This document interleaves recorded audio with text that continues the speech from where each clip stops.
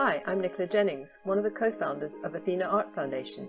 This is Athena Asks, a podcast where we talk to artists, curators, historians and collectors about their work, pre-modern art, and the world today. Hello, my name is Jonquil O'Reilly and I'm one of the presenters of Athena Asks. My guest today is Timothy McCall, who is Associate Professor of Art History at Villanova University. He looks at material culture and the histories of fashion and explores the intersection, the visual intersection of power and gender, particularly looking at masculinity. I am super excited to be chatting to you, Tim, because I am a mega fan, as you know. And I'm also wildly excited about your new book, Brilliant Bodies, Fashioning Courtly Men in Early Renaissance Italy, which is going to be coming out in February of this year. Can you tell us a little bit about the book in general and what sort of led you to the research in this area? Thank you for inviting me, Jonquil, and I'm probably more excited than you are to be here too. And I think this book has been a long time in the making. So much of the very interesting scholarship and research on fashion in early modern Europe from the last few decades has focused to a great extent on women. Even though men very much were spending more money on a lot of fabric and clothing, on adornment, and particularly in the 15th century, it was men who were constantly on display, showing off authority and power through the colors of their textiles, through the gems that they wore, through the metal adornments that suffused their clothes. They were the peacocks who were manifesting and visualizing and embodying authority. And if you didn't wear the right thing, if you were a Renaissance prince, then your authority could be threatened. These were people who were extremely concerned about their silhouettes. They're extremely concerned about the colors and the cuts of the clothing that they wore. They were concerned that people recognized the flash and the authenticity, too, of the gems and the metals that they wore, even though many of them were fictive. And fashion in this period isn't sort of frivolous at all. It's fundamental to authority. And I think that's why, it's both fascinating and interesting. It sort of hasn't been studied critically. And at the same time, too, it was things that they cared about more than we could possibly imagine.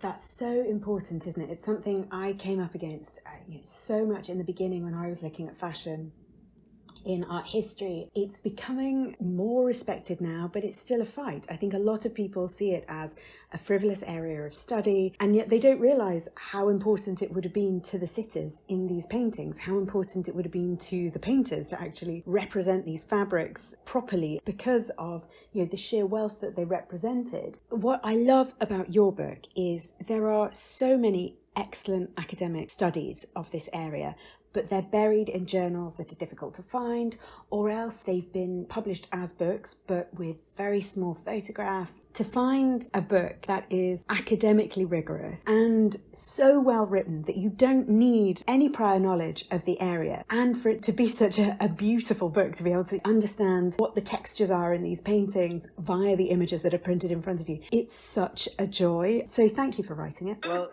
thank you. You should be my publicist. These are images that need to be seen clearly and in color. So much of this book's arguments is about surface effects, light effects of different sorts and textures, and the reader needs to be able to understand that. But it's a book that was a long time in coming and could exist because of the extent to which in the last decade or two art history has embraced the study of material culture and materiality. I think fashion studies has been taken a lot more seriously. Society cares about male fashion. It's culturally resonant in a way that it wasn't a few decades ago. So those sort of trajectories, I had to get really sort of down and dirty in the culture of the 15th century. I really got into diplomatic correspondence, particularly ambassadors, and then various lords, particularly the Duke of Milan, all of the orders that he's making of clothes and other sorts of things. And when you read these letters, ambassadors from one court to another, they're constantly talking about who's wearing what, who's buying what. They're constantly talking about people showing off clothes or criticizing clothes. It was so important in terms of the performance of lordship, the performance and the display of authority. And it was also important financially. The industries were immensely important also. The luxury industries of clothing and textiles generally, and also of all sorts of metallic production, was fundamental to the economies of these kingdoms and these duchies. And I think scholars overlooked the materials, even though it was in some cases staring them in the face. Of course, some things I found and they hadn't been published, but my fundamental argument is that it needs to be taken seriously.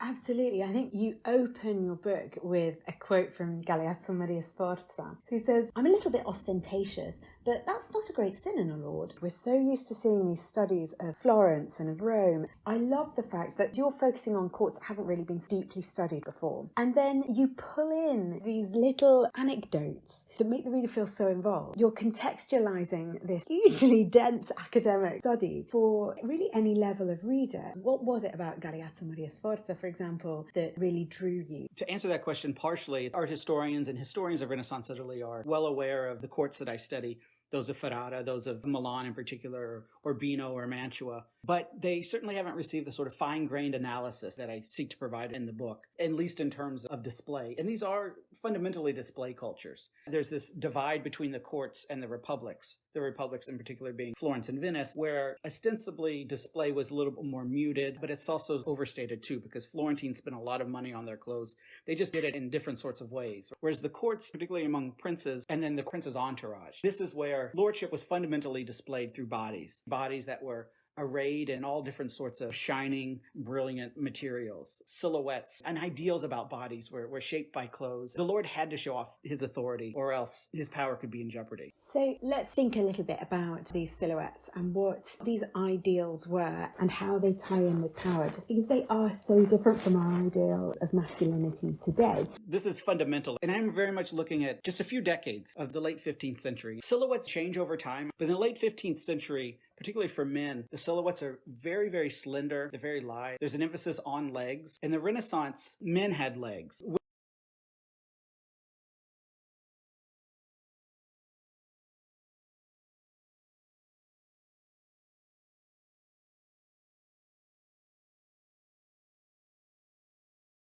Culturally, it's women's legs that are most relevant, right? In the Renaissance, female legs were completely invisible, at least in terms of cultural intelligibility, in terms of cultural relevance. Men had beautiful legs in poetry, in romances. Men's legs were described in diplomatic correspondence.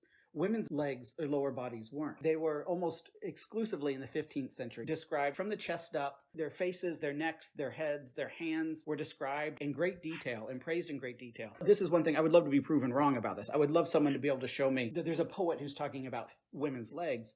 But as near as I can tell, at least for early Renaissance Italy, this doesn't exist. It's because clothing covered them. It's sort of a chicken and an egg thing. Clothing covered them, so they weren't culturally relevant, culturally visible. Even though we're all attracted to different sort of body parts, how they're held up in culture is historically specific, right? Absolutely. I mean, let's just rewind a second there. In diplomatic correspondence, can you imagine, letters between Joe Biden's people and Boris Johnson's being like, yes, I was very impressed with Boris Johnson's legs. He has a very slender calf, a strong thigh. In 15th century Italy, this is absolutely the case.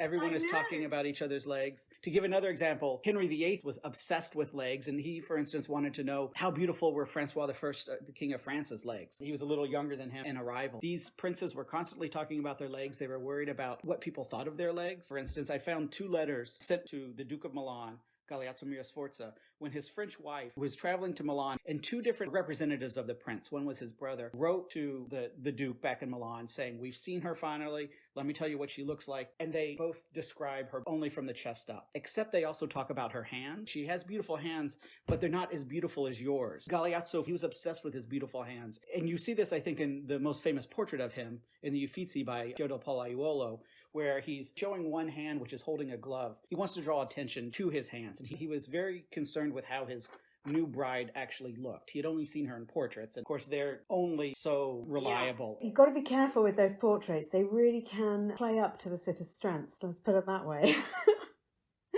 He's so clearly, in all of the correspondence that you quote, he's so vain. This idea that you have, such a vain figure as your lord, it's difficult for us to imagine these people who have such authority being, so obsessed with what they're wearing and how they look and how smooth their skin is and what their hands look like. But it's not so different from today in how, people in positions of power want to be represented, where they want to be photographed. But I think the fact that you have found so many of these sources, these diplomatic letters, lots of the questions that you are answering in your book are questions that had never even been asked before, let alone explored. Does that mean that it has been combed over, but just never with this lens? Or is it a lot of material that hasn't really been explored that deeply?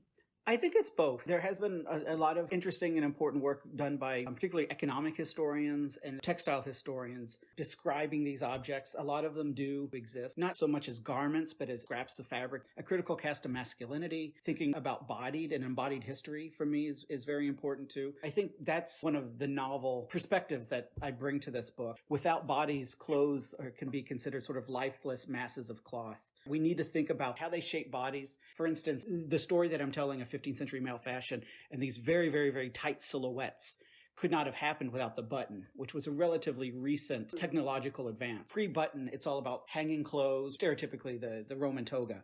But once the button came into popularity really in the 13th and the 14th century, that pushed new ways of tailoring and lacing as well that allowed clothing to hug tight to bodies. And it totally produced new understandings of bodies and ideal bodies and new understandings of the ways that clothes relate to bodies. Something as seemingly unimportant, we take totally for granted as buttons, were remarkably dynamic technologies that really did change the way humans think about selves. It's fascinating, isn't it, that you can't help but look at these paintings and sculptures and frescoes with a modern eye and forget, as you say, it's a massive technological advancement to have a button. But then when you go back and then look at these portraits, you can see how much they're being shown off. You can see these really tight rows of tiny fabric-covered buttons. So you can see how excited people were by them, but also in those new silhouettes, so those curved forms that buttons allow for, where previously you wouldn't have had that way of gathering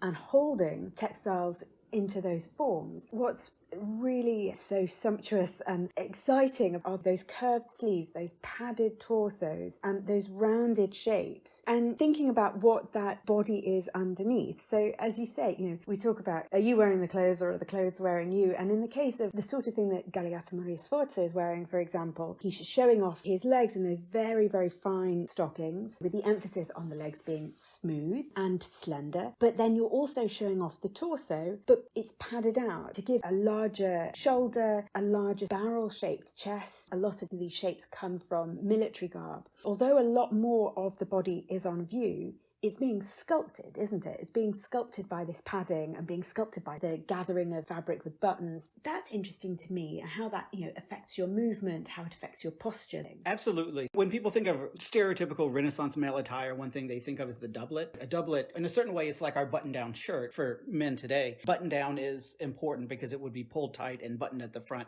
sometimes laced, but you're right. And you see this in a number of portraits, beautiful rows of buttons right down the center. But the doublet is literally doubled cloth, and it does relate back to military attire. These were padded, so they sometimes were wore under and over chainmail or plate armor to protect the body. We know that they were filled with horsehair, with silk cocoons, with cotton waste, with all sorts of things. So this is what really shaped the upper body. And then they would have been tied to calce. This is how you get stockings before they were knitted to hold fast to the leg. They were tied very, very tight. And for instance, when princes were dressed, they sometimes had to have multiple people helping them to get it to fit so perfectly. And calce or stockings were very carefully cut along the back of the calf. Everything had to be pulled as tight as possible. One thing that I learned from this project too is the extent to which we sometimes see things like buttons, for instance. They've always been there, but we've never paid attention to. This is something I talk to students with all the time. This project has been an object lesson for me. The extent to which we see, even art historians, right, whose job is to look and to interpret things that are in famous paintings staring us right in the face, we don't pay attention to unless we already have a reason to look for them. For instance, there's a portrait of Galeazzo Maria Sforza's father, Francesco Sforza. It's in Milan in the Brera.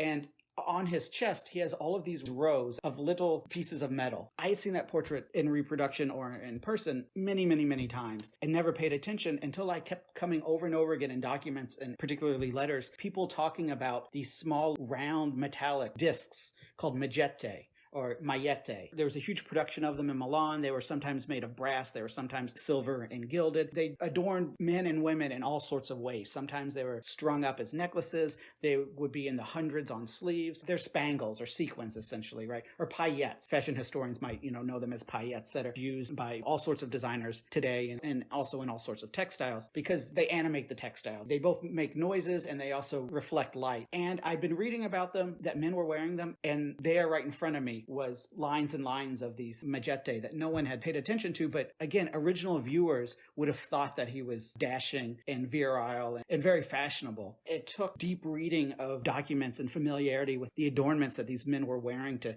see something that was plain as day right in front of our eyes. That's it, isn't it? It's the familiarity. We're so guilty of it. I think the modern viewer is often much more fixated on the face and how well the artist might have captured a sitter, on their expression and on what message the painter is trying to send. They're not looking at these fine details, which in fact would have been so important to the contemporary viewer, and yet would have been so everyday in their vocabulary, in their visual vocabulary. And things like, as you say, magette, you forget how expensive these would have been. You forget with machine cut metal now, machine hammered metal. You would have had to have somebody hammering that out, cutting those individual pieces, stitching them on individually, the pure expense. But then to think about the modern viewer, courtiers would have been used to seeing these textiles. They would have known what these were shorthand for. Whereas we have to have been through a million archives and have seen the words over and over and over again to suddenly be like, hang on, I've just seen that in a sleeve right in front of me. One of the things you talk about in your book so successfully is how people were reading these visual cues at court. Because it's not just the lord himself who would be dressed to the absolute nines. It's also his retinue. On the one hand, you've got to set up your entire court. Everybody has to be dressing in a way that honours the person at the helm. But at the same time, that lord has to set themselves above everybody and make themselves stand out. How do you then make sure that that cascades outwards in your court and also in livery? How are you dressing all of your servants? How are you dressing your horses, for goodness sake? Absolutely. And this is a point I like to make with students a lot. Generally today, we think that fashion is all about the individual. It's individual choice. It's about individual identity. But I try to get them to think of the ways that fashion is also corporate. It's also collaborative, that we're trying to look like these other people and we're trying to look not like these other people. It's rarely just only about yourself, right? It's communicating sort of within groups. And that was absolutely the case in 15th century Italy, that fashion was collaborative. And these displays of lordship, these displays of magnificence and splendor were collaborative, but they were also very hierarchical. So the prince and close family members had to be at the top, and they would wear the most expensive velvets and be adorned with the most expensive gems and metals. But as you would go down, their courtiers too, they had to look good. And when you had a resident ambassador at another court, how they were dressed reflected back on the home court. So the Duke of Milan, I keep coming back to him, he outfitted his courtiers a couple of times a year. And so we have good records of what they were wearing. And certain levels of courtiers, for instance, would be given a garment in, say, a crimson dye, which would have been the most expensive.